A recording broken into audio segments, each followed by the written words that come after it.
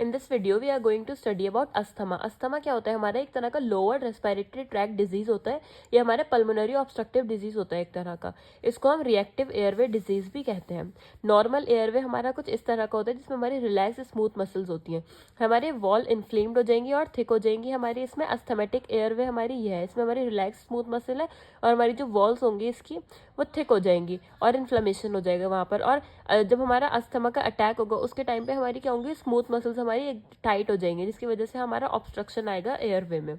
Asthma is a common chronic inflammatory disease of airway characterized by variable recurring symptoms, reversible air flow obstruction and bronchospasm. इसके aetiology और risk factors क्या क्या हो सकते हैं? Asthma अगर किसी फैमिली में किसी मेंबर को है तो मतलब जैसे कि इनहेरिटेड डिसऑर्डर है तो हो सकता है अस्थमा, या फिर कोई allergy is the strongest predisposing factor for asthma, या फिर हमारा chronic exposure to airway irritants और allergens also increase the risk of developing asthma.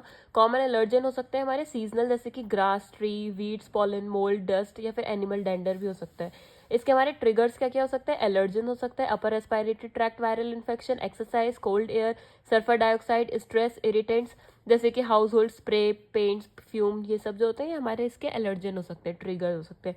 फिर हम इसकी क्लासिफिकेशन की बात करें तो अस्थमा हमारे दो तरह का होता है, एक्सट्रिंसिक और इंट्रिंसिक। एक्सट्रिंसिक क्या होगा हमारा? Implying a definite external cause, इसका कोई भी एक्सटर्नल कॉज होगा प्रॉपर। और इंट्रिंसिक होगा जिसका हमारा no positive agent can be identified, इसका हमें पॉजिटिव एजेंट पता ही नहीं लग पाएगा। इसके हमारे क्लिनिकल मैनिफेस्टेशन क्या क्या होते हैं? वीजिंग होगी, कफ होगा, चेस्ट टाइटनेस, डिस्पनिया और हाइपोक्सिया होगा, नेजल फ्लेयरिंग होगा, स्प्यूटम हमारा थिक हो जाएगा और टिनेशियस होगा, डिक्रीज्ड और एब्सेंस ऑफ ब्रीथ हो जाएगा, sound called silent chest. Next हम इसके पैथोफिजियोलॉजी की बात करें तो कोई भी एलर्जेंट या फिर इरिटेंट का अगर एक्सपोजर होगा उसकी वजह से हमारे इम्यूनोग्लोबुलिन ई का स्टिमुलेशन हो जाएगा, जिसकी वजह से हमारे मास्ट सेल का डिजेनरेशन हो जाएगा और हिस्टामिन, प्रोस्टाग्लैंडिन, ब्रेडिकाइनिन और ल्यूकोट्रीन्स का फॉर्मेशन हो जाएगा। इसकी वजह से हमारा एयरवे हाइपर रिस्पॉन्सिव हो जाएगा और हमारा म्यूकस का सिक्रेशन होगा, इन्फ्लामेशन होगा और ब्रोंकोस्पाज्म हो जाएगा। इसकी वजह से हमें प्रोडक्टिव कफ देखने के लिए नहीं मिलेगा, लेकिन हमारे शॉर्टनेस ऑफ ब्रीथ हो जाएगा, वीजिंग हो जाएगा, चेस्ट टाइटनिंग हो जाएगा और पीक फ्लो वेरिएबिलिटी हो जाएगा। फिर इसके हम डायग्नोस्टिक स्टडीज देखें तो इसमें हमारा हिस्ट्री लेंगे हम सबसे पहले, कंप्लीट फैमिली हिस्ट्री, इन्वायरमेंटल और ऑक्यूपेशनल हिस्ट्री लेंगे, कहाँ पे वो काम करता है, किस इन्वायरमेंट में वो पर्सन काम करता है। हम फैमिली हिस्ट्री लेंगे कि किसी को फैमिली में तो अस्थमा नहीं था पहले कभी। और इन्वायरमेंटल हिस्ट्री में आएगा हमारा seasonal changes, high pollen count, mould, climate changes and air pollution. Occupational history में आएगा हमारा occupation related to chemicals and compounds including metal, salts, wood and vegetable dust, industrial chemicals and plastic, biological enzymes and animal and insect dust, sera and secretion. Physical examination में क्या होगा? हम wheezing all over the lungs, breathlessness and cough, और अब आएगा हमारा इसमें cyanosis. फिर हम इसमें लंग फंक्शन टेस्ट या फिर पल्मोनरी फंक्शन टेस्ट करेंगे, ब्लड टेस्ट करेंगे जिससे हमें ये पता चलेगा इओसिनोफिल का नंबर इंक्रीज होगा, स्प्यूटम का टेस्ट करेंगे और हम चेस्ट एक्सरे परफॉर्म कराएंगे।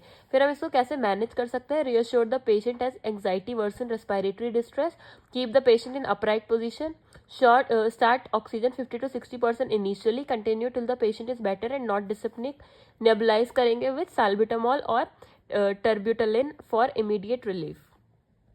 हम इसमें मेडिकेशंस कौन कौन सी देंगे? ब्रोंकोडायलेटर्स देंगे, long acting beta adrenergic blocker, anti inflammatory drug देंगे, कॉर्टिकोस्टेरॉइड, मास्ट सेल स्टेबलाइजर देंगे, ड्राई पाउडर इनहेलर देंगे। इसके हम प्रिवेंशन की बात करें तो उसमें हम फेस मास्क यूज कर सकते हैं। अपर रेस्पिरेटरी ट्रैक्ट इन्फेक्शन हम अवॉइड करें कि जितना हो सकता है, स्मोकिंग और स्मोकी इन्वायरमेंट को अवॉइड करें, avoid passive smoking, cover bedding with allergy proof casing to reduce exposure to dust mites, remove carpet from bedrooms and vacuum regularly, use only odorless detergents and cleaning material in home, keep humidity level low and fix leak to reduce the growth of organisms such as molds।